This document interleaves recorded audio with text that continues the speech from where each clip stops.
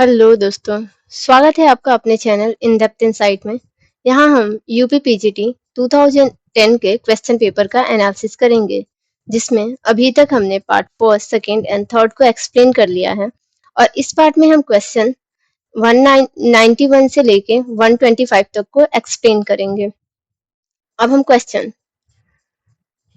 91 को देखें तो हमारा क्वेश्चन 91 है, measures the slope of the isoquant curve. Isoquant curve का जो स्लोप है वो कौन मेजर करता है। यहाँ पे ऑप्शन है first marginal rate of substitution, and second है rate of return to scale, and third है diminishing marginal return, and fourth है मार्जिनल प्रोडक्ट रेशियो। तो आपको ये पता होना चाहिए कि जो आइसोकॉन कर्व है वो कैसे रिप्रेजेंट करता है और उसका जो स्लोप है वो क्या है। तो आइसोकॉन कर्व की यदि हम बात करें, यहाँ पे हम लेते हैं लेबर, यहाँ पे हमारा है कैपिटल।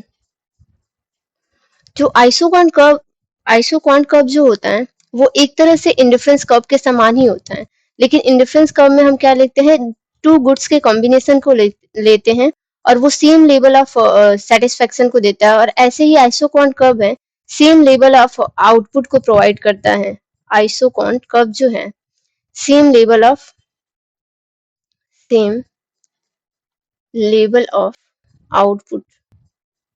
आउटपुट को प्रोवाइड करता है। डिफरेंट यदि हम इनपुट कॉम्बिनेशन लेते हैं लेबर एंड कैपिटल का, तो इस कर्व पे जितने भी कॉम्बिनेशन बनते हैं, तो इस कॉम्बिनेशन से जो हमें लेवल ऑफ आउटपुट जो मिलता है, मान लीजिए कि 300 यूनिट्स यदि क्वांटिटी हम लेते हैं यहाँ पे, तो दोनों ही कॉम्बिनेशन को यदि हम लेते हैं, या फिर पॉइंट ए पे ले, या फिर पॉइंट बी पे ले, या फिर सी पे ले, तो इन कॉम्बिनेशन को मिला के जो हमें लेवल ऑफ आउटपुट मिलेगा वो सेम रहेगा 300 यूनिट्स का। ठीक है। और जो आइसोकॉन कर्व है, इसे हम कभी कभी पूछता है कि इसे हम आइसो प्रोडक्ट कर्व भी कहते हैं। दूसरा, इसे हम एक और नाम से जानते हैं, इसे हम इक्वल प्रोडक्ट भी कहते हैं। इक्वल प्रोडक्ट कर्व हम इसलिए कहते हैं क्योंकि आइसो का मतलब होता है इक्वल, क्वांट मतलब क्वांटिटी, इक्वल क्वांटिटी में जो कर्व हमें प्राप्त होती है, इसीलिए हम इसे इक्वल प्रोडक्ट कर्व कहते हैं, या फिर प्रोडक्ट। दूसरा इसका नाम जो है कभी कभी पूछता है,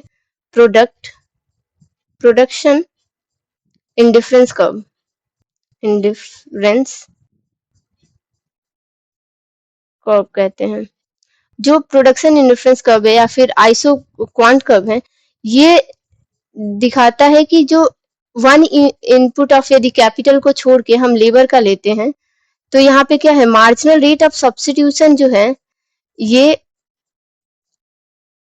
हमें ये बताता है कि diminishing marginal rate of substitution की वजह से यदि हम वन लेबर ऑफ कैपिटल को छोड़ के वन यूनिट ऑफ लेबर को हम लेते हैं, लेकिन जो कॉम्बिनेशन बनता है उस पे सेम लेवल ऑफ आउटपुट प्राप्त होती है। तो जो स्लोप हम मेजर करते हैं यहाँ पे आइसोक्वांट कर्व पे, तो हम मेजर करते हैं मार्जिनल रेट ऑफ सब्स्टिट्यूशन की वजह से। ठीक है। और वहीं पे यदि हम इंडिफरेंस कर्व में हम लोग मेजर करते हैं, तो वो diminishing marginal rate of utility होता है। ठीक है। जहाँ वहां पे हम स्लोप मेजर करते हैं, तो वहाँ इंडिफरेंस कर्व में हम लोग diminishing marginal rate of utility रहता है, और यहाँ पे मार्जिनल रेट ऑफ सब्स्टिट्यूशन है। बस यहाँ पे जो आइसोक्वांट है और इंडिफरेंस कर्व है काफी सिमिलर है, वहां पे हम यूटिलिटी का यूज करते हैं और यहाँ पे हम प्रोडक्शन में यूज कर लेते हैं। ठीक है। तो यहाँ पे ऑप्शन फर्स्ट जो होगा वो करेक्ट होगा, मार्जिनल रेट ऑफ सब्स्टिट्यूशन। अब हम नेक्स्ट क्वेश्चन देखते हैं 92। The total utility is maximum when. जो टोटल यूटिलिटी है वो कब मैक्सिमम होगी, तो यहाँ पे ऑप्शन फर्स्ट है marginal utility is zero, and second है average utility is maximum, and third है marginal utility is maximum, and fourth है marginal utility is equal to average utility. तो यदि आपको ग्राफ याद है, ये हमारा एक्स एक्सिस है, ये वाई एक्सिस है। यहाँ पे यदि हम आउटपुट लें और यहाँ पे टोटल यूटिलिटी, मार्जिनल यूटिलिटी हम मेजर करते हैं, तो हमारी जो टोटल यूटिलिटी है, ये ये है हमारा टोटल यूटिलिटी का कर्व। ठीक है। और यहाँ से यदि हम लेते हैं हमारा ये है एवरेज यूटिलिटी, और जहाँ पे एवरेज यूटिलिटी जो है ये बराबर होता है, वहां पे मार्जिनल यूटिलिटी इससे ऊपर रहती है, और जहाँ पे एवरेज यूटिलिटी मैक्सिमम रहती है वहां पे मार्जिनल यूटिलिटी उसको कट करते हुए नीचे आ जाती है। ठीक है, और जहाँ पे मार्जिनल यूटिलिटी जो है ये हमारी मार्जिनल यूटिलिटी है। मार्जिनल यूटिलिटी यहाँ पे क्या है, जहाँ पे जीरो होती है मार्जिनल यूटिलिटी, वहां पे जो टोटल यूटिलिटी जो है वो मैक्सिमम रहता है। ठीक है, मैक्सिमम पॉइंट है ये, मैक्सिमम। और इस पॉइंट को, इस पॉइंट को जो है जहाँ पे मार्जिनल यूटिलिटी जो है वो मैक्सिमम रहती है, इसे हम पॉइंट ऑफ इन्फ्लेक्शन कहते हैं। Point of inflection, inflection. ठीक है, यहाँ पे क्या है, जो हमारी टोटल यूटिलिटी है वो इंक्रीज कर रही है, increasing at A increasing rate से, और इस पॉइंट के बाद से जो हमारी टोटल यूटिलिटी है वो इंक्रीज करती है increasing at A diminishing rate से। कभी कभी ये भी क्वेश्चन पूछता है। और जब वो मैक्सिमम पॉइंट से जब वो नीचे आती है तो यहाँ पे हमारी जो मार्जिनल यूटिलिटी है, टोटल यूटिलिटी है, वो इंक्रीज करती है एट ए निगेटिव रेट से। ठीक है, यदि हम पर यूनिट ऑफ जैसे जैसे प्रोडक्शन, मान लीजिए कि हमें कोई चीज कंज्यूम कर रहे हैं, जैसे जैसे उसकी क्वांटिटी बढ़ाते हैं तो हमें टोटल जो यूटिलिटी है वो तो इंक्रीज करती है, लेकिन हम उस पॉइंट पे मैक्सिमम हो जाते हैं जहां पे उसकी उस क्वांटिटी, उस कमोडिटी की जो है मार्जिनल यूटिलिटी यदि जीरो हो जाती है, वो हमारे लिए मैक्सिमम पॉइंट होता है उस टोटल यूटिलिटी, क्योंकि उसके बाद से यदि हम ज्यादा कंज्यूम करते हैं तो वो यूटिलिटी है वो डिसयूटिलिटी में तब्दील हो जाती है। ठीक है, तो यहाँ पे ये चीज क्लियर हुआ। तो यहाँ पे क्या है, total utility is maximum when, जब मैक्सिमम होगी, व्हेन कब, मार्जिनल यूटिलिटी इज जीरो। यहाँ पे ऑप्शन फर्स्ट जो है वो करेक्ट होगा। अब हम यहाँ पे नेक्स्ट क्वेश्चन देखते हैं 93। The elasticity of rectangular hyperbola curve is equal to, जो रेक्टेंगुलर हाइपरबोला कर्व होता है उसकी इलास्टिसिटी क्या होती है। यहाँ पे ऑप्शन फर्स्ट है 1, सेकेंड है लेस देन 1, एंड थर्ड है मोर देन 1, एंड फोर्थ है नन ऑफ दिस। तो पहले हम रेक्टेंगुलर हाइपरबोला को ड्रॉ करते हैं। ये एक्स एक्सिस है, ये वाई एक्सिस है, और रेक्टेंगुलर हाइपरबोला का जो शेप होता है, आई थिंक मैं ऐसे ड्रॉ कर देती हूँ। ठीक है, बहुत परफेक्ट नहीं है लेकिन फिर भी सही है। ये रेक्टेंगुलर हाइपरबोला है, और रेक्टेंगुलर हाइपरबोला जो होता है, स्पेशली जब हम एवरेज फिक्स कॉस्ट हम निकालते हैं, वहां पे जो कभी कभी ये भी पूछता है कि एवरेज फिक्स कॉस्ट का जो शेप होता है वो कैसा होता है। तो आपको ये पता होना चाहिए कि जो एवरेज फिक्स कॉस्ट है उसका जो शेप है वो रेक्टेंगुलर हाइपरबोला होता है। और इस पे जो इलास्टिसिटी होती है रेक्टेंगुलर हाइपरबोला की, यहाँ पे जो इलास्टिसिटी होती है रेक्टेंगुलर हाइपरबोला की, जो यहाँ पे ऐसे रहेगा ये, क्योंकि जो इसकी इलास्टिसिटी होती है वो 1 होती है। इट मींस 1 ये शो करता है कि यहाँ पे यदि हम इलास्टिसिटी निकालते हैं, percentage change in quantity demanded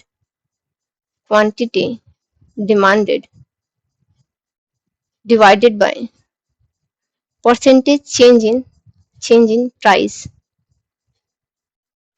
ठीक है, तो यहाँ पे रेक्टेंगुलर हाइपरबोला का यदि हम शेप देखते हैं तो इसमें क्या है कि दोनों का यदि प्राइस में जो चेंजेस हुआ है वो, और उसके क्वांटिटी में जो चेंजेस हुआ है, इसमें जो चेंज है वो सेम बताता है। जितना परसेंट का क्वांटिटी में चेंज है, सेम परसेंट का इसके प्राइस में चेंज है। इसकी वजह से जो इसकी इलास्टिसिटी होती है हमेशा 1 होती है। हर एक पॉइंट पे यदि हम इलास्टिसिटी निकालते हैं तो रेक्टेंगुलर हाइपरबोला के केस में हमेशा 1 आता है, क्योंकि जो चेंजेस होती है वो हमेशा फिक्स्ड रहती हैं। इसीलिए एवरेज फिक्स कॉस्ट कर्व का जो शेप जो होता है वो रेक्टेंगुलर हाइपरबोला के समान होता है। ठीक है, तो यहाँ पे ऑप्शन जो फर्स्ट है वो करेक्ट होगा, 1।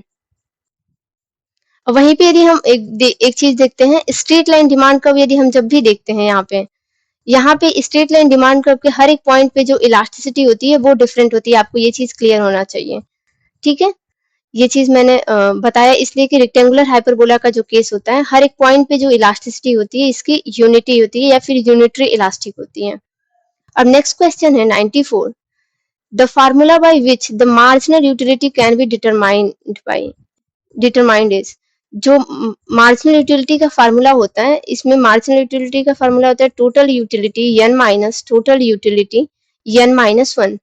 इट मीन्स कि यदि हम 1 यूनिट का कंज्यूम कर रहे हैं, उसमें से यदि 1 यूनिट और बढ़ जाता है, उन दोनों के बीच में जो डिफरेंस आता है वो एक तरह से हमारी मार्जिनल यूटिलिटी को बताती है।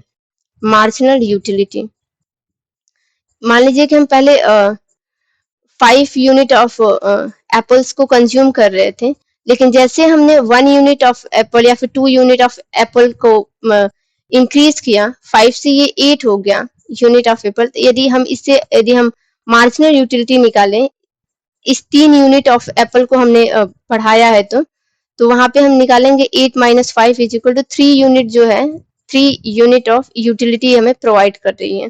ठीक है, तो हम टोटल यूटिलिटी में से यदि जो नंबर ऑफ यूनिट हमने बढ़ाया है, 1 यूनिट या 2 यूनिट या 3 यूनिट, यदि उसको माइनस कर देते हैं तो हमें मार्जिनल यूटिलिटी प्राप्त हो जाती है। ठीक है, यहाँ पे ऑप्शन जो फर्स्ट होगा वो करेक्ट होगा, total utility n minus total utility n minus one. अब यदि हम नेक्स्ट क्वेश्चन देखें, 95, elasticity of demand will be equal to unity when marginal revenue is. जो इलास्टिसिटी ऑफ डिमांड है वो यूनिट है। Elasticity of demand is equal to unit when marginal revenue is. तो marginal revenue, यदि elasticity of demand is equal to 1 है, तो marginal revenue इस पे क्या होगी, ये पूछ रहा है। पॉजिटिव होगा, जीरो होगा, निगेटिव होगा या फिर अनडिटरमिनेबल होगा। तो यदि आपने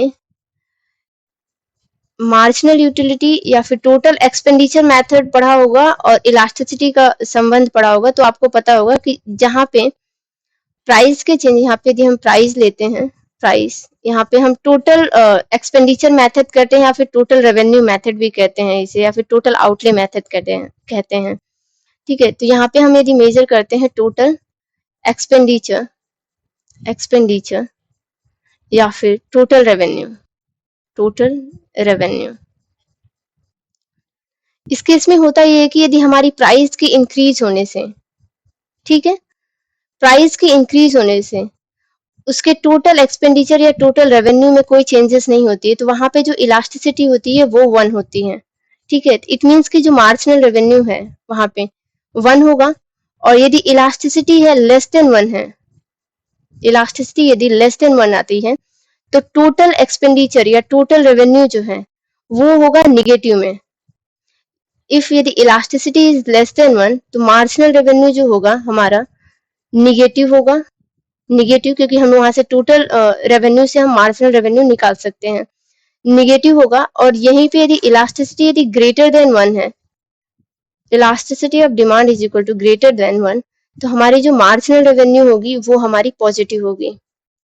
यदि आप इसका ब्रीफली एक्सप्लेनेशन चाहते हो, हमारे प्लेलिस्ट में मार्जिनल इलास्टिसिटी ऑफ डिमांड करके एक वीडियो है, आप वहां पे देख लीजिएगा, यहाँ से आपको क्लियर हो जाएगा पूरा कॉन्सेप्ट।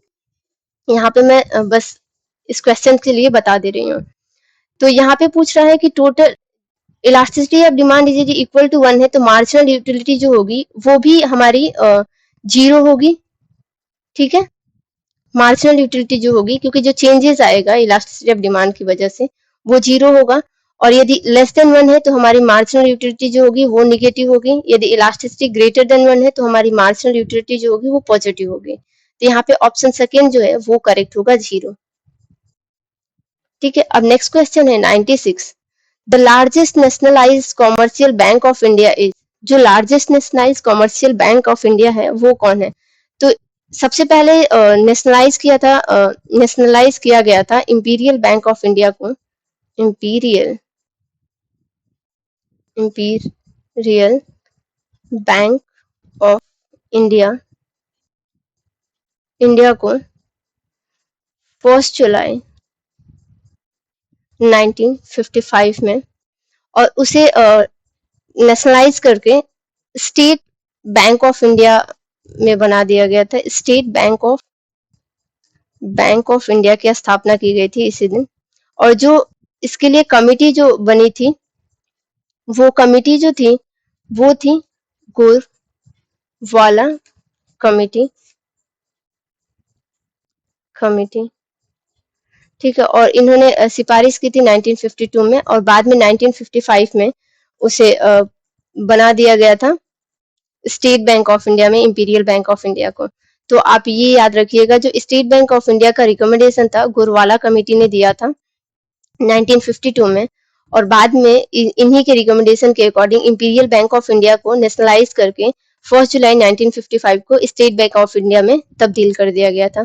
तो जो largest nationalise commercial bank of India जो है वो थर्ड करेक्ट होगा, स्टेट बैंक ऑफ इंडिया है। अब नेक्स्ट क्वेश्चन हम देखते हैं 97। Which one of the following factors does not affect the velocity of money circulation? इसमें से कौन सा जो फैक्टर है वो velocity of money को अफेक्ट नहीं करता है? तो यहाँ पे ऑप्शन है, first quantity of money, second है cost of sale of business firms, and third है क्रेडिट फैसिलिटी, एंड फोर्थ है बिजनेस कंडीशन। तो ये वेलोसिटी ऑफ मनी सर्कुलेशन की बात कर रहा है कि कौन अफेक्ट नहीं करता है। तो यहाँ पे यदि हम क्वांटिटी ऑफ मनी की बात करें, वनली हमारे पास क्वांटिटी ऑफ मनी रहती है तो वो सर्कुलेशन में तो जाएगी नहीं, यदि जब तक हम circulation of money in the sense कि वन हैंड से वो दूसरे हैंड में कैसे चेंज होता है ये बताता है। तो यहाँ पे अफेक्ट जो है cost of sales of business firms जो है ये तो मतलब ये अफेक्ट करेंगी ही करेंगी। जो क्रेडिट फैसिलिटीज बैंक्स जो है प्रोवाइड करती है उसकी वजह से जो वेलोसिटी ऑफ सर्कुलेशन है ये भी इफेक्ट होगा। बिजनेस कंडीशंस जो है इकोनॉमी की कैसी हैं इसकी वजह से भी जो वेलोसिटी ऑफ सर्कुलेशन है ये भी अफेक्ट होगा। लेकिन जब यदि हम क्वांटिटी ऑफ मनी की बात करते हैं इसकी वजह से जो सर्कुलेशन ऑफ मनी है ये अफेक्ट नहीं करती है, क्योंकि जो सर्कुलेशन ऑफ मनी का काम जो करता है वो कॉमर्शियल बैंक करते हैं। यदि क्वांटिटी ऑफ मनी की बात करें, जो मनी का प्रिंट जो करता है वो आरबीआई करता है। इसकी वजह से जो सर्कुलेशन पे इफेक्ट होगा क्वांटिटी ऑफ मनी की वजह से नहीं पड़ेगा। तो यहाँ पे ऑप्शन जो फर्स्ट होगा वो करेक्ट होगा। नेक्स्ट क्वेश्चन है 98। Which method of note issuing is adopted by reserve bank of India? Reserve bank of India के द्वारा नोट इशू करने के लिए कौन से मेथड को अडॉप्ट किया जाता है? यहाँ पे ऑप्शन फर्स्ट है proportionate reserve method, and second है minimum reserve method, and third है minimum confidence method, and fourth है मैक्सिमम ट्रस्ट मेथड। तो इंडिया में प्रेजेंट में मिनिमम रिजर्व सिस्टम को अडॉप्ट किया है 1956 के बाद, क्योंकि 1956 से पहले वो प्रोपोर्शनेट रिजर्व सिस्टम को अडॉप्ट किया था, जिसमें क्या था कि 25 to 40 का परसेंटेज था कि इसमें से वो फॉरेन सिक्योरिटी एंड गोल्ड में वो अपने पास रिजर्व रखेगा। लेकिन 1956 में ये क्या किया, वो मिनिमम रिजर्व सिस्टम को अडॉप्ट कर लिया, जिसमें ये था कि 200 करोड़ तक के रिजर्व को इंडिया को अपने पास रखना है। जिसमें रेशियो जो दिया गया था इंडिया को, इसमें था कि 115 करोड़ जो रुपीस थी इंडिया को, ये गोल्ड के रूप में रखना है। गोल्ड रिजर्व जो था ये इंडिया को रखना था, और 85 करोड़ रुपीस जो था इंडिया को ये फॉरेन सिक्योरिटी के रूप में रखना है। फॉरेन सिक्योरिटी के रूप में रखना है इंडिया के पास। ठीक है, तो इंडिया अभी प्रेजेंट में मिनिमम रिजर्व सिस्टम को अडॉप्ट की हुई है। यहाँ पे ऑप्शन जो सेकंड है वो करेक्ट होगा, मिनिमम रिजर्व सिस्टम। ठीक है, अब नेक्स्ट क्वेश्चन यदि हम देखते हैं 99। The rate of interest at which the Reserve Bank of India charges the commercial bank the one who gives the short-term loan is called। जब रिजर्व बैंक ऑफ इंडिया है वो कॉमर्शियल बैंक को यदि short term loans provide करती है, short term loans provide करती है, तो इसमें क्या मतलब कौन से रेट को वो चार्ज करती है? तो शॉर्ट टर्म लोन्स के लिए क्या है, रिजर्व बैंक ऑफ इंडिया जो है वो रेपो रेट प्रोवाइड करती है, रेपो रेट के थ्रू प्रोवाइड करती है। और इसमें क्या है, रेपो रेट में रिजर्व बैंक ऑफ इंडिया के पास कॉमर्शियल बैंक को एक कोलेट्रल रखना पड़ता है, कोलेट्रल रिजर्व में रखना पड़ता है इसके पास। ठीक है, कॉमर्शियल बैंक को, कॉमर्शियल बैंक जो है मतलब आरबीआई के पास कॉमर्शियल बैंक को कोलेट्रल रखना है। वहीं पे यदि हम बैंक रेट में, यदि वो बैंक रेट पे लोन्स को प्रोवाइड्स करती है, तो ये भी शॉर्ट टर्म के ही लोन को प्रोवाइड करती है बैंक रेट पे। लेकिन जो इसमें क्या है, कोई भी कोलेटरल रखने की जरूरत नहीं होती है, कोलेटरल इसमें नहीं रखते हैं। और रेपो रेट के थ्रू यदि वो लोन्स को प्रोवाइड करते हैं, यहाँ पे कोलेटरल को रखने की जरूरत होती है। और जो रिवर्स रेपो रेट होता है, रिवर्स रेपो रेट में क्या होती है कि रेपो रेट में आरबीआई क्या है, कॉमर्शियल बैंक को लोन प्रोवाइड्स करती हैं, और रिवर्स रेपो रेट में कॉमर्शियल बैंक्स जो हैं वो आरबीआई को लोन्स प्रोवाइड करती हैं, और ये जो रेट होता है ये बहुत कम होता है। और यहीं पे यदि हम रेपो रेट और बैंक रेट में बात करें, तो जो बैंक रेट जो होता है, बैंक रेट हमेशा बैंक रेट ज्यादा होता है as compared to repo rate से। ठीक है, तो यहाँ पे ऑप्शन जो है शॉर्ट टर्म लोन्स जो प्रोवाइड करता है, ये रेपो रेट के थ्रू प्रोवाइड किया जाता है। अब नेक्स्ट क्वेश्चन देखते हैं 100। In the income market the price of a commodity is, तो इनकम मार्केट में है या फिर मनी मार्केट में, हम यूं कह लें मनी मार्केट, थोड़ा मिस्टेक हो गया है, money market, money market the price of commodity is, जो प्राइस ऑफ कमोडिटी है वो किसके बराबर है, यहाँ पे ऑप्शन है equal to its utility, utility के बराबर है, या फिर सेकेंड है equal to its marginal utility, and third है the price quoted by the seller, and fourth है you give what you yourself want to give, जो भी आप देना चाहते हैं अपनी मर्जी से दे दीजिए। लेकिन यदि हम मनी मार्केट की बात करें, तो ये जो कमोडिटी की जो प्राइस है, किसी भी कमोडिटी की जो प्राइस है वो डिपेंड करती है कि उस कमोडिटी की मार्जिनल यूटिलिटी कितनी है। यदि उसकी प्राइस तभी डिटरमाइन होगी जब उसकी मार्जिनल यूटिलिटी हमें पता है।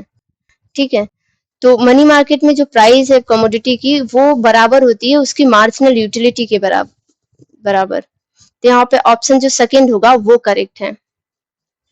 अब नेक्स्ट क्वेश्चन देखते हैं हम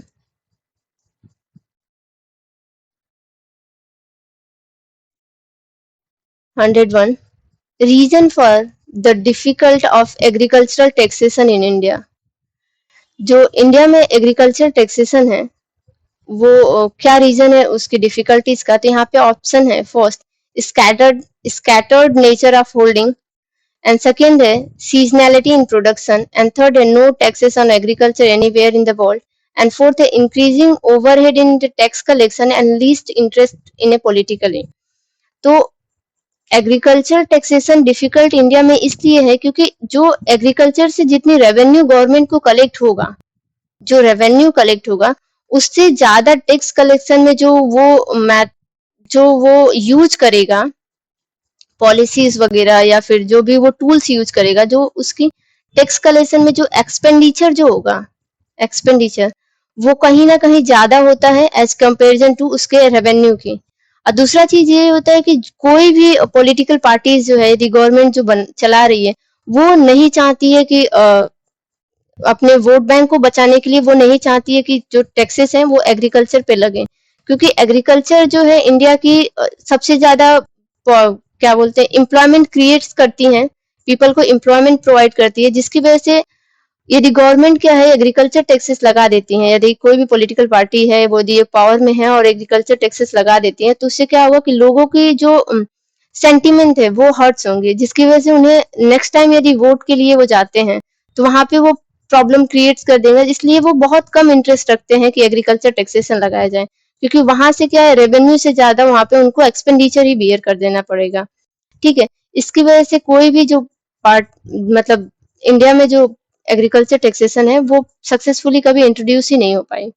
इसलिए यहाँ पे ऑप्शन जो फोर्थ होगा वो करेक्ट होगा, increasing overhead in the tax collection and list interest in politically. अब नेक्स्ट क्वेश्चन है 102। Which one of the following types of revenue centre does not distributed with the state government, जो centre जब taxes के through जो revenue को distribute करता है, तो इसमें पूछा है कि जो सेंटर जो है वो कौन से टैक्सेस जो रेवेन्यू कलेक्ट करता है वो स्टेट को डिस्ट्रीब्यूट नहीं करता है। तो आपको पता होना चाहिए, जो पहले तो ये कि जो रेवेन्यू डिस्ट्रीब्यूशन के लिए हमारे कॉन्स्टिट्यूशन में जो आर्टिकल है वो 270 है। ठीक है, 270 फर्स्ट जो है इसके द्वारा क्या करता है, जो सेंटर है, सेंटर मतलब टैक्स को लेवी करता है, levy and collected but distributed with state. ठीक है, यदि ओवरऑल यदि आपको पूछ लेता है कि जो स्टेट जो आर्टिकल कौन सी है, आर्टिकल सेंटर और स्टेट गवर्नमेंट के रेवेन्यू के डिस्ट्रीब्यूशन के लिए, तो वो 270 है। और ये जो फार्मूला होता है वो हर साल प्रोवाइड करता है फाइनेंस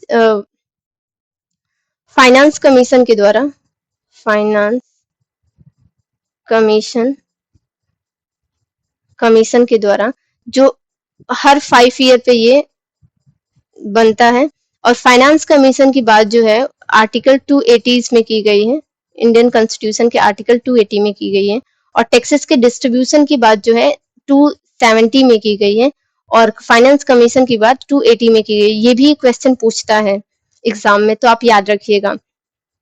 ठीक है, तो यहाँ पे जो कस्टम ड्यूटी है, कस्टम जो टैक्सेस होती हैं, और जो सेंटर कोऑपरेटिव टैक्स है, कोऑपरेटिव टैक्सेस जो हैं, ये 2 टैक्सेस जो हैं वो सेंटर कलेक्ट करता है और खुद ही अपने पास रखता है, वो स्टेट गवर्नमेंट को डिस्ट्रीब्यूट नहीं करता है। यदि स्टेट कोऑपरेटिव टैक्सेस जो हैं वो स्टेट गवर्नमेंट अपना खुद कलेक्ट करती है, और इस जो सेंटर कोऑपरेटिव है और जो कस्टम ड्यूटीज से जो टैक्सेस आती हैं, वो टैक्सेस जो हैं वो सेंटर गवर्नमेंट अपने पास रखती हैं।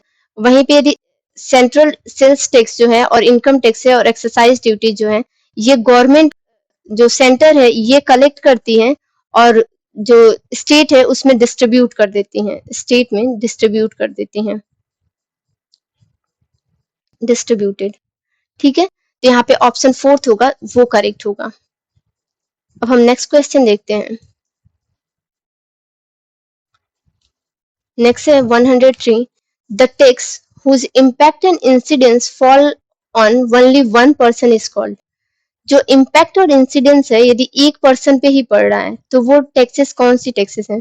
तो इम्पैक्ट मीन्स कि इनिशियली किस पे इम्पैक्ट हो रहा है, और इंसिडेंस उसका बर्डन कौन बियर कर रहा है। तो यहाँ पे जो दोनों है वो डायरेक्ट टैक्सेस यदि लगता है तो इम्पैक्ट और इंसिडेंस जो है वो सिंगल पर्सन पे पड़ता है। वहीं इनडायरेक्ट टैक्सेस की बात करें तो इनडायरेक्ट टैक्स में जो है इम्पैक्ट किसी और पर्सन पे लगता है, और इंसिडेंस जो है, जो फाइनल बर्डन जो होता है वो कोई और बियर करता है। ठीक है, यदि प्रोड्यूसर पे यदि टैक्सेस लग गए तो वो क्या कर देगा, होलसेलर पे शिफ्ट कर देगा, और होलसेलर क्या है वो कंज्यूमर पे शिफ्ट कर देगा। ठीक है, तो फाइनली इनडायरेक्ट टैक्सेस का जो बर्डन होता है वो कंज्यूमर बियर करता है, ना कि सेलर बियर करता है। लेकिन यदि हम वही डायरेक्ट टैक्सेस की बात करें तो जो इम्पैक्ट और इंसिडेंस है किसी एक ही सिंगल पर्सन पे लगता है जिसपे टैक्सेस लगाए गए हैं। तो यहाँ पे ऑप्शन 4 जो होगा वो करेक्ट होगा। अब नेक्स्ट क्वेश्चन है, in a Cambridge equation of the quantity theory of money, if both total product and money remain unchanged and k increases if it is happens। तो यदि आपने कैम्ब्रिज इक्वेशन को पढ़ा होगा मनी में, तो सबसे पहले जो आते हैं वो मार्शल हैं। मार्शल की यदि हम यहाँ पे इक्वेशन की बात करें तो मार्शल का इक्वेशन है m is equal to k p y। ठीक है, जो यम है यहाँ पे मनी सप्लाई को इंडिकेट करती है, और के यहाँ पे वो ये बताता है कि जो चेंजेस हुए हैं टोटल मनी सप्लाई में वो कितना हुआ है, और पी जो है ये प्राइस लेवल है, और वाई है यहाँ पे दिया ये टोटल प्रोडक्ट है।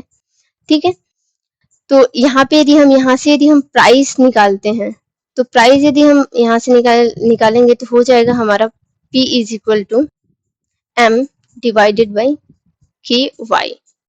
ठीक है, तो यहाँ पे ये पूछ रहा है हमारे क्वेश्चंस में, यदि टोटल प्रोडक्ट और मनी को हम यदि कांस्टेंट मान लेते हैं, ये हमारा कांस्टेंट है, और वनली जो के में चेंजेस हो रहा है वो भी इंक्रीज हो रहा है, तो यहाँ पे यदि वनली जो चेंजेस होगा के में यदि इंक्रीज करेगा तो जो हमारी ओवरऑल जो प्राइस जो है वो डिक्रीज कर जाएगी।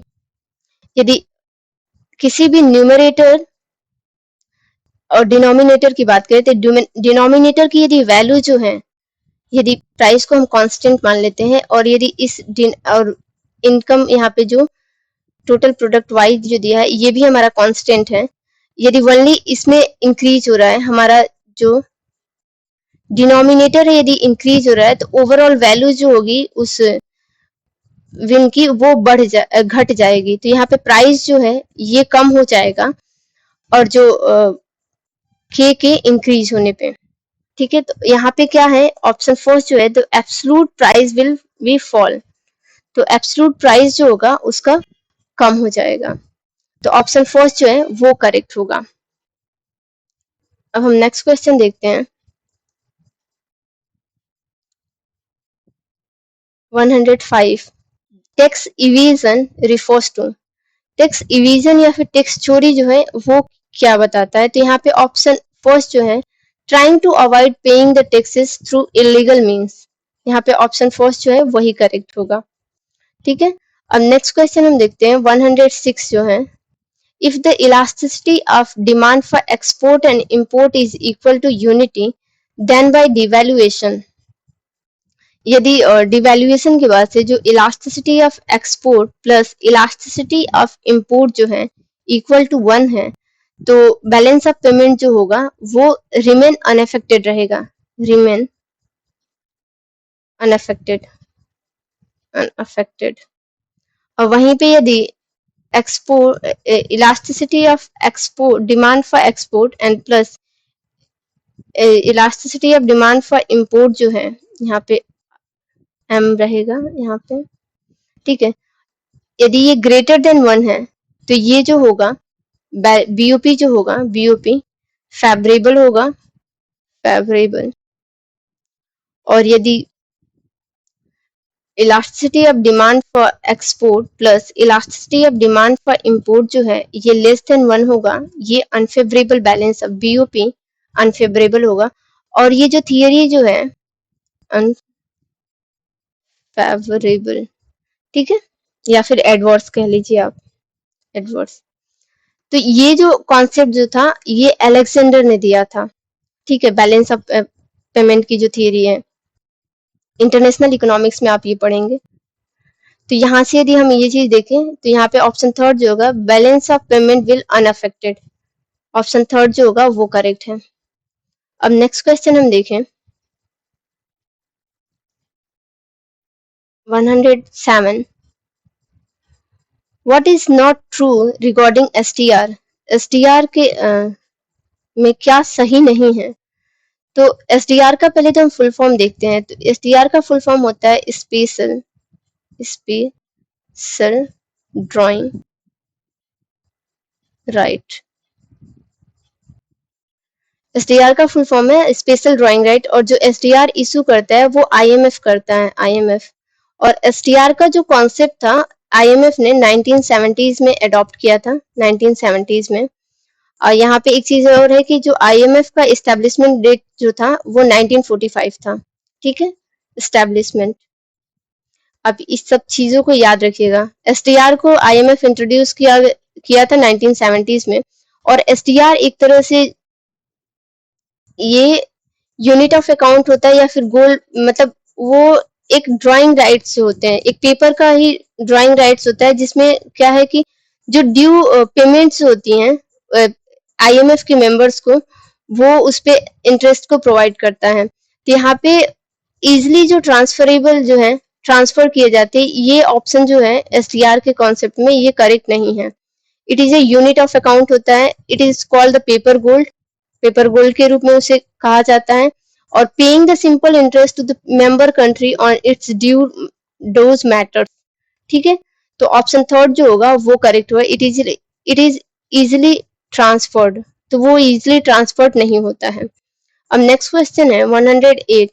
फ्रैडमैन equation md divided by p is equal to f bracket में rm rb re 1/p change in dp divided by dt and yp and w in u express the expected rate of change in the price level। तो यदि आपने फ्रैडमैन की equation को देखा है, ठीक है, तो फ्रैडमैन का इक्वेशन जो है वो इसमें पूछा है फ्रेडमैन की इक्वेशन में जो प्राइस में चेंजेस है, expected rate of price changes, जो प्राइस में लेवल ऑफ चेंजेस है वो क्या इंडिकेट करता है। यहाँ पे जो इक्वेशन में दिया है पी इंडिकेट है या फिर वाई पी है या फिर एम डी बाई पी है, तो यहाँ पे ये रियल इनकम को शो करता है। यहाँ पे ये है रियल इनकम, रियल इनकम या फिर रियल मनी, रियल मनी। ठीक है, तो यदि आपने फ्रेडमैन की इक्वेशन को पढ़ा होगा तो आपको पता है कि जो 1/p dp divided by dt जो है ये expected rate of change in price level को इंडिकेट करता है। तो यहाँ पे ऑप्शन 4 जो होगा वो करेक्ट है। अब नेक्स्ट क्वेश्चन हम देखते हैं। नेक्स्ट क्वेश्चन है 109 क्वासी रेंट। क्वासी रेंट इसमें क्या है, शॉर्ट टर्म परमानेंट सरप्लस है, एंड सेकंड है there is a long term permanent surplus, and third है short term temporary surplus, and fourth है लॉन्ग टर्म टेम्पररी ओवरलोड। तो आपको ये पहले तो यहाँ पे ये चीज देखना है कि क्वासी रेंट का जो कॉन्सेप्ट है वो किसने दिया था। तो क्वासी रेंट जो है वो मार्शल के द्वारा दिया गया था। मार्शल ने क्वासी रेंट का कॉन्सेप्ट दिया था और उन्होंने बताया था कि क्वासी रेंट किसी भी जो प्रोडक्ट है उस पर तब इनकर करता है जब शॉर्ट टर्म में जो है ना डिमांड ज्यादा और सप्लाई कम हो, और वहां पे जो सरप्लस मतलब प्राप्त होता है उसी को हम क्वासी रेंट करते हैं। ठीक है, तो ये है option third, short term temporary surplus को जो दिखाता है क्वासी रेंट के द्वारा मार्शल। तो यहाँ पे ऑप्शन थर्ड जो होगा वो करेक्ट होगा। अब नेक्स्ट क्वेश्चन है 110 shut down point of following figure. इस फिगर में शट डाउन पॉइंट क्या है, ए है, बी है, सी है। तो पहले तो हम ये चीज देखते हैं कि शट डाउन का जो कंडीशन है वो क्या होता है। शट डाउन का कंडीशन ये है प्राइस जो है, प्राइस जो है वो लेस देन हो या इक्वल हो एवरेज वेरिएबल कॉस्ट के। ठीक है, ये शट डाउन का कंडीशन होता है। और वहीं पे यदि हम प्राइस जो है वो ग्रेटर देन हो एवरेज कॉस्ट के, एवरेज कॉस्ट के, और एक बार जो है प्राइस लेस देन हो एवरेज कॉस्ट के। ठीक है, ये जो कंडीशन है price is greater than average cost, ये सुपर नॉर्मल को दिखाता है, सुपर नॉर्मल प्रॉफिट। और ये जो है ये लॉस को शो करता है। और यदि प्राइस जो है बराबर हो average cost is equal to marginal revenue is equal to average revenue, तो ये हमें इंडिकेट करता है नॉर्मल प्रॉफिट को, नॉर्मल प्रॉफिट, या जो जो एवरेज कॉस्ट है इसके मिनिमम। यदि हम सही से इसको देखें तो नॉर्मल प्रॉफिट का जो होता है normal profit, normal profit is equal to price is equal to average cost minimum point पे हो, मिनिमम। ठीक है, ये सही होगा फार्मूला इसके लिए। और ये हमारी लॉस को इंडिकेट करता है, प्राइस यदि लेस देन हो एवरेज कॉस्ट की, और यदि प्राइस जो ग्रेटर देन है एवरेज कॉस्ट है ये हमारा सुपर नॉर्मल प्रॉफिट है। यदि प्राइस यदि एवरेज कॉस्ट के मिनिमम पॉइंट पे तो हमारा नॉर्मल प्रॉफिट है। और यदि प्राइस जो है लेस देन हो और या फिर इक्वल हो एवरेज वेरिएबल कॉस्ट की, तो ये किसी भी फॉर्म्स की शट डाउन पॉइंट को इंडिकेट करता है। तो अब हम यहाँ पे इस फिगर में देखते हैं कि कौन सा पॉइंट जो है वो शट डाउन पॉइंट है। यदि हम पॉइंट ए की बात करें तो पॉइंट ए जो है यहाँ पे क्या है कि एवरेज एवरेज कॉस्ट जो है वो मिनिमम पॉइंट पे है, तो ये ए जो है पॉइंट हमारे लिए नॉर्मल प्रॉफिट होगा। और पॉइंट बी की यदि हम बात करें तो पॉइंट बी जो है, पॉइंट बी जो है यहाँ पे यदि हम देखते हैं हमारा एवरेज कॉस्ट जो है वो ज्यादा है।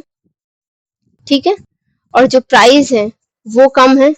तो जब हमारी कॉस्ट ज्यादा होगी और प्राइस कम होगी तो हमें लॉस होगा। ठीक है, और वहीं पे यदि हम देखें हमारा एवरेज वेरिएबल कॉस्ट है यदि बराबर है या फिर प्राइस से वो प्राइस के बराबर है या फिर उससे कम है, तो वो जो कंडीशन होगा वो शट डाउन का कंडीशन होगा किसी भी फॉर्म्स के लिए। तो ऑप्शन सी जो होगा वो करेक्ट होगा। तो ऑप्शन यहाँ पे जो सी पॉइंट जो सी होगा वो शट डाउन पॉइंट होगा। तो यहाँ पे हम देखें यदि आंसर में, तो ऑप्शन फर्स्ट जो है सी को बता रहे हैं, तो यहाँ पे ऑप्शन फर्स्ट जो होगा वो करेक्ट होगा। होप कि आपको मैंने जो कंडीशन बताया है शट डाउन पॉइंट्स के लिए, normal profit, super normal profit, losses के लिए, ये क्लियर होगा। ठीक है, तो यहाँ पे 110 का जो ऑप्शन फर्स्ट है वो करेक्ट होगा। नेक्स्ट क्वेश्चन देखें 111, विच of the following is not an indirect tax. इसमें से कौन से इनडायरेक्ट टैक्स नहीं है। तो इनडायरेक्ट टैक्स की यदि हम बात करें, excise duty, custom duty and service tax जो है, ये तीनों ये इनडायरेक्ट टैक्स है, इनडायरेक्ट टैक्स। और यदि हम कॉर्पोरेशन टैक्स की बात करें, तो कॉर्पोरेशन टैक्स वो टैक्स होता है जो कंपनियों के डिविडेंड पे लगाया जाता है, और ये जो टैक्स होता है सेंटर लगाती है, और कॉर्पोरेशन टैक्स जो है वो सेंटर ही कलेक्ट करती है और अपने पास ही रखती है, वो स्टेट के साथ डिस्ट्रीब्यूट नहीं करती है। दूसरी चीज ये है कि एक तरह से ये डायरेक्ट टैक्स होता है, ना कि इनडायरेक्ट टैक्स होता है। ठीक है, तो यहाँ पे ऑप्शन थर्ड जो होगा वो करेक्ट होगा। ठीक है, अब नेक्स्ट क्वेश्चन है 112, the measures of increasing in consumption propensity is not related to. जो यहाँ पे पूछ रहा है कि जो जो कंजप्शन प्रोपेंसिटी टू, जो कंजप्शन की प्रोपेंसिटी होती है वो इंक्रीज करती है इन चारों में से किसके द्वारा। जो रिलेटेड नहीं है, जो कंजप्शन को इंक्रीज करती है वो इन चारों में से किस पे रिलेटेड नहीं है। ठीक है, तो यहाँ पे यदि हम ऑप्शन की बात करें, फर्स्ट है socialisation of land, and second है old age pension, and third है reform in wage policy, and fourth है रिग्रेसिव टैक्सेस। तो यदि हम ओल्ड एज पेंशन की बात करें, तो यदि किसी भी व्यक्ति को हम यदि ओल्ड एज पेंशन प्रोवाइड करते हैं, इट मीन्स कि उसकी इनकम इंक्रीज होती है। इनकम इंक्रीज होने पे वो कंजप्शन अपना इंक्रीज कर देगा। तो कंजप्शन इंक्रीज होगा तो इट मीन्स हमें ये कंप्लीटली दिखा रहा है कि इंक्रीज इन कंजप्शन प्रोपेंसिटी है, या फिर propensity to increase in consumption है। तो ओल्ड एज यदि पेंशन हमें मिल रहा है तो हमारी कंजप्शन की जो प्रोपेंसिटी है वो भी इंक्रीज कर रही है। ठीक है, दूसरी चीज है रिफॉर्म इन वेज पॉलिसी। यदि वेज पॉलिसी में रिफॉर्म यदि ला रहा है कोई भी कंपनी जो ला रहा है या फिर कोई इंडस्ट्री ला रहा है, उसकी वजह से यदि हमारी वेजेस बढ़ेंगी, तो वेज बढ़ेंगी, हमारी इनकम बढ़ेगा, वेज इंक्रीज होगा, हमारी इनकम इंक्रीज होगी, और उसके साथ ही हमारा जो कंजप्शन का पैटर्न है वो भी इंक्रीज होगा। इट मीन्स की जो कंजप्शन है वो भी बढ़ रही है।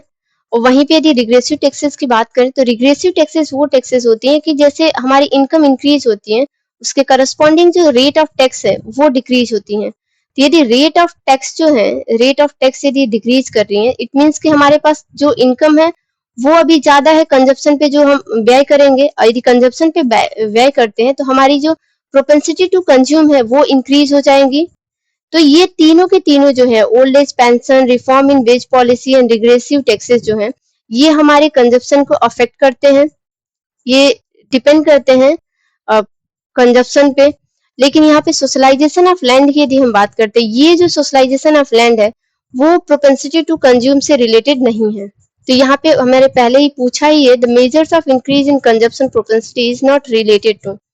जो कंजप्शन प्रोपेंसिटी को इंक्रीज नहीं करता है, किस मतलब इस ऑप्शन में से कौन सा रिलेटेड नहीं है, तो फर्स्ट जो होगा सोशलाइजेशन ऑफ लैंड जो है, इससे कंजप्शन की पैटर्न जो है हमारा इंक्रीज नहीं होता है। लेकिन वहीं पे old age pension, reform in wage policy, regressive taxes है, इससे इन तीनों से हमारी वेज जो कंजप्शन प्रोपेंसिटी है वो इंक्रीज होता है। अब नेक्स्ट क्वेश्चन हम देखते हैं 113। तो इसमें कह रहा है the relation between the average revenue, marginal revenue and elasticity of demand is shown by. तो यदि आपको इन तीनों के रिलेशनशिप पता है तो आप ये क्वेश्चन बहुत इजी है, डायरेक्ट फार्मूला पूछा हुआ है। तो elasticity of demand is equal to होता है average revenue divided by average revenue minus marginal revenue. ठीक है, आप इसे याद रखिएगा। तो यहाँ पे ऑप्शन थर्ड जो होगा वो करेक्ट होगा, ED is equal to average revenue divided by average revenue minus marginal revenue. और नेक्स्ट क्वेश्चन है value added taxes is a different from the turnover taxes because the value added taxes. यहाँ पे जो option होगा the cost of material is deducted from the tax base. Option first जो होगा वो correct होगा। अब नेक्स्ट क्वेश्चन हम देखते हैं 115। विच of the following does not come under domestic bankers. इसमें से कौन जो है डोमेस्टिक बैंकर्स के अंतर्गत नहीं आते हैं। तो पहले हम देखते हैं कि डोमेस्टिक बैंकर्स के अंतर्गत आते कौन है। तो डोमेस्टिक बैंकर्स वो होते हैं जैसे कि यदि हमें लोन्स की जरूरत है, जो हमारे रिलेटिव हैं, यदि रिलेटिव्स जो हमें लोन प्रोवाइड्स कर देते हैं, हमें तुरंत मतलब पैसे की जरूरत है वो हमें दे दे, तो मे बी कि वो 5% 6% रेट ऑफ इंटरेस्ट पे दे, या फिर मतलब कोई फैमिली मेंबर ही हमें दे देता है, या फिर गांव के जो पहले महाजन वगैरह रहते थे वो लोग हमें लोन्स प्रोवाइड करते थे हाई रेट ऑफ रिटर्न्स पे। जो शराफ हैं या फिर जो चेट्टी हैं, चेटीज वगैरह जो थे वो हाई मतलब कॉस्ट वाल जो हाई सोसाइटी के जो पीपल नहीं होते थे वो लोन्स यदि हमें प्रोवाइड करते थे, जो मुखिया हैं गांव के वो यदि लोन्स प्रोवाइड करते, वो भी तो एक तरह से बैंकर्स का ही काम करते थे। यदि जब हमारे गवर्नमेंट ने यदि कॉमर्शियल बैंक वगैरह इंट्रोड्यूस नहीं किए थे, तो जितने भी लोन अभी भी जो गांव में जो भी लोन प्रोवाइड किए जाते हैं तो इन्हीं के द्वारा प्रोवाइड किए जाते हैं, और वो जो भी लोन्स होते हैं वो हाई रेट ऑफ इंटरेस्ट पे दिया जाता है। और यहीं पे यदि हम यहाँ पे ऑप्शन है रीजनल रूरल बैंक की, तो रीजनल रूरल बैंक का जो था वो डोमेस्टिक बैंकर्स नहीं है, वो गवर्नमेंट के द्वारा एस्टेब्लिश बैंक है, और इसका जो एस्टेब्लिशमेंट डेट था वो 1975 में किया गया था। ठीक है, तो यहाँ पे पूछा है विच of the following does not come under the domestic bankers, तो सेकेंड जो होगा वो करेक्ट होगा। रीजनल रूरल बैंक्स जो हैं वो डोमेस्टिक बैंकर्स के अंतर्गत नहीं आते हैं। अब नेक्स्ट क्वेश्चन देखते हैं 116। The present foreign exchange rate system in India is called. The present में जो फॉरेन एक्सचेंज सिस्टम है इंडिया में वो कौन सा है। तो यहाँ पे ऑप्शन फर्स्ट है fix exchange rate system, and second है floating exchange rate system, and third है advance exchange rate system, and fourth है liberalise exchange rate management system. तो इंडिया ने जो ऑप्शन फोर्थ है वो अडॉप्ट किया है liberalise exchange rate management system, और इसका जो एडॉप्शन था ये फाइनेंशियल ईयर 1992-93 में किया था। ठीक है, यहाँ पे ऑप्शन जो फोर्थ होगा वो करेक्ट होगा। अब नेक्स्ट क्वेश्चन हम देखते हैं 117। The terms of trade refers. जो टर्म्स ऑफ ट्रेड है वो क्या रिफर्स करता है। तो आपको पता हैगा कि जो टर्म्स ऑफ ट्रेड है ये बताता है price of export divided by price of import. Terms of trade जो है ये रेशियो है price of export divided by price of import का। यदि आपने टर्म्स ऑफ ट्रेड पढ़ा है तो आपको ये चीज क्लियर होगा। बहुत इजी क्वेश्चन है। यहाँ पे ऑप्शन थर्ड जो होगा वो करेक्ट होगा, the ratio between the export price and import prices. अब नेक्स्ट क्वेश्चन देखते हैं 118। The optimum tariff is that which. जो ऑप्टिमम टैरिफ है वो क्या है।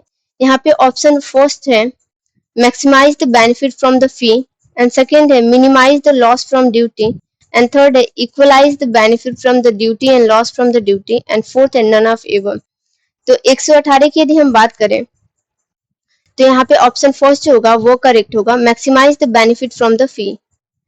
जो ऑप्टिमम टैरिफ वो टैरिफ होती है जिससे हमारा जो बेनिफिट है वो इंक्रीज हो, न कि उसको लगाने से हमें लॉस हो। और जो टैरिफ होता है ज्यादातर हमारे इंपोर्ट रेस्ट्रिक्शंस के लिए ही लगाए जाते हैं।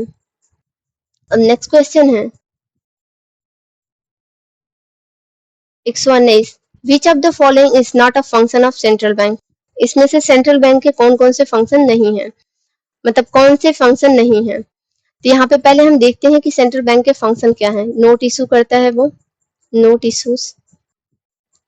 दूसरा बैंक रेट कंट्रोल करता है, ये भी उसका फंक्शन है, बैंक रेट कंट्रोल कंट्रोल। तीसरा वो पब्लिकेशन ऑफ डाटा भी करता है, पब्लिकेशन ऑफ डाटा। दूसरा चीज ये करता है इन्फ्लेशन कंट्रोल भी करता है, इन्फ्लेशन कंट्रोल।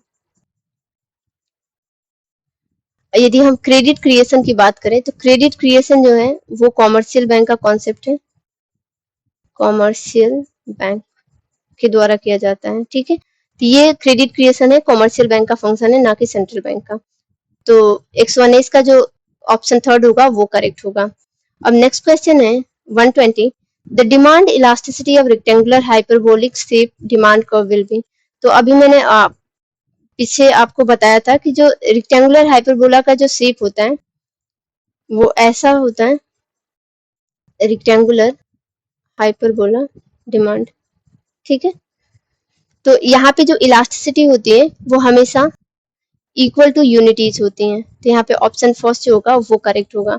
और रेक्टेंगुलर हाइपरबोला जो होता है वो हमेशा जो है एवरेज फिक्स कॉस्ट का, एवरेज फिक्स कॉस्ट का जो शेप होता है रेक्टेंगुलर हाइपरबोला होता है।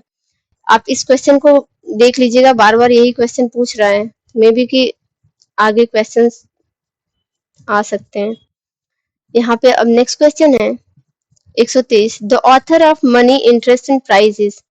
जो मनी इंटरेस्ट एंड प्राइस की बुक है उसके ऑथर कौन है? यहाँ पे ऑप्शन फर्स्ट है किन्स, सेकेंड है फ्रैडमैन एंड थर्ड है पेंटिकिन एंड फोर्थ है बॉमुल।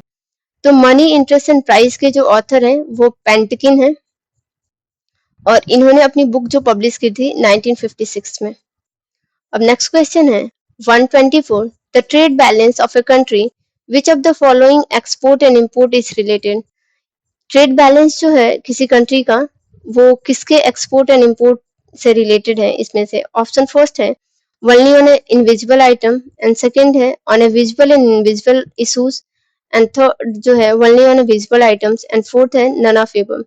तो ट्रेड बैलेंस की यदि हम बात करते हैं, ट्रेड बैलेंस ये शो करता है export and import, imports of goods, export and import of goods के जो डिफरेंसेस हैं, डिफरेंसेस इसके इससे जो हमें प्राप्त होता है इसे हम ट्रेड बैलेंस कहते हैं। यदि हमारा जो export and imports of goods की जो डिफरेंस है यदि ग्रेटर देन है तो वो सरप्लस ट्रेड ऑफ बैलेंस होगा, यदि इक्वल मतलब लेस देन है तो वो adverse balance trade off balance होगा, यदि बराबर है तो वो बैलेंस ट्रेड होगा। ठीक है, तो यदि इसमें जो ऑप्शन पूछा है कि इनविजिबल होगा या विजिबल होगा, तो यदि गुड्स की यहाँ पे बात हो रही है ट्रेड बैलेंस में तो गुड्स हमेशा जो होता है वो बैलेंस ऑफ पेमेंट की विजिबल आइटम्स में आते हैं, विजिबल आइटम्स में। ठीक है, इस वजह से यहाँ पे जो ऑप्शन थर्ड होगा वो करेक्ट होगा, only on a visible items. Export और इंपोर्ट जो होता है विजिबल आइटम्स में ही, गुड्स की जो एक्सपोर्ट एंड इंपोर्ट्स होती है वो विजिबल आइटम्स में काउंट की जाती हैं। अब नेक्स्ट क्वेश्चन हम देखते हैं। नेक्स्ट क्वेश्चन है 125, in a pure monopoly the monopolistic has elasticity toward the goods। ये यदि प्योर मोनोपोली है तो वहां पे जो इलास्टिसिटी होगा किसी गुड्स का वो क्या होगा? यहाँ पे ऑप्शन है नील, मतलब कुछ नहीं होगा, सेकेंड है between zero unit and third है यूनिट एंड फोर्थ है मोर देन यूनिट। यदि प्योर मोनोपोली की बात की जाए तो वहां पे जो इलास्टिसिटी होता है गुड्स की, यदि प्योर मोनोपोली है इट मीन्स कि यदि इलास्टिसिटी की बात है मतलब कोई सब्स्टिट्यूशन ही नहीं है, उस गुड्स का जो है कोई सब्स्टिट्यूशन नहीं होगा। तो यदि प्योर मोनोपोली में यदि हम बात करें इलास्टिसिटी की तो यहाँ पे नील या फिर यूं कह ले कि यहाँ पे जो इलास्टिसिटी होगा वो जीरो होगा। ठीक है, तो किसी गुड्स की यदि गुड्स की इलास्टिसिटी जो है, इलास्टिसिटी यदि जीरो है तो वो गुड्स जो होगा प्योर मोनोपोलिस्टिक गुड्स होंगे या फिर उस गुड्स का कोई सब्स्टिट्यूट नहीं है, वो मार्केट में ओनली वन वही गुड्स है और वही उसका प्रोड्यूसर है, तो वो मोनोपोली होगा और मोनोपोलिस्टिक गुड्स वो होंगे जिसके कोई सब्स्टिट्यूट्स जो है वो मार्केट में अवेलेबल नहीं है। तो यदि मार्केट में कोई सब्स्टिट्यूट्स अवेलेबल नहीं है तो जो इलास्टिसिटी होगी उसकी वो जीरो होगी, क्योंकि जो कंज्यूमर है वो किसी दूसरे गुड्स पे यदि वो वही परचेज कर रहे हैं तो उसका सब्स्टिट्यूट अवेलेबल ही नहीं है, तो किसी दूसरे गुड्स पे वो शिफ्ट ही नहीं कर पाएंगे। ठीक है, तो यहाँ पे जो ऑप्शन फर्स्ट होगा वो करेक्ट होगा, जीरो। ठीक है, तो अभी तक हमने क्वेश्चन 91 से लेके 125 तक को इस वीडियो में कवर कर लिया है। इट मीन्स कि यहाँ पे हमारा 2010 का जो कंप्लीट पेपर का आज कंप्लीट हो गया। अब इस लेक्चर में यदि आपको कहीं भी डाउट है तो प्लीज कमेंट बॉक्स में लिख दीजिएगा, हम उसका आंसर प्रोवाइड करेंगे यदि आपको कहीं भी डाउट है तो। और यदि आपको हमारा वीडियो पसंद आता है तो प्लीज अपने को लर्नर के साथ शेयर कीजिएगा और हमारे चैनल को सब्सक्राइब कीजिएगा। और थैंक्स फॉर वॉचिंग।